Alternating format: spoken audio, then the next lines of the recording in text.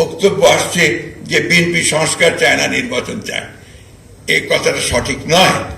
আমরা বারবার করে বলছি যে আমরা প্রয়োজনীয় সংস্কারটাকে শেষ করতে, ন্যূনতম যে সংস্কার প্রয়োজন একটা নির্বাচন করার জন্য, গ্রহণযোগ্য নির্বাচন করার জন্য, সেই সংস্কারটুকু করে আমরা নির্বাচনে যেতে চাই।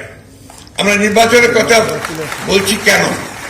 এ কথা ডক্টর রিয়াজ বলেছেন, সবাই বলছেন, আর এটা বাস্তব যে গণতান্ত্রিক একটা ব্যবস্থায় যাওয়ার জন্য নির্বাচন হচ্ছে প্রধান ফটক, প্রধান দরজা, গেটওয়ে টু ডেমোক্রেসি। আমার কাছে মনে হয় যে আমাদের প্রধান সমস্যাটা কোথায়? আমাদের প্রধান সমস্যা যে এই দেশে গণতান্ত্রিক চর্চাই হয়নি, এখানে সংস্কৃতি গড়ে ওঠেনি।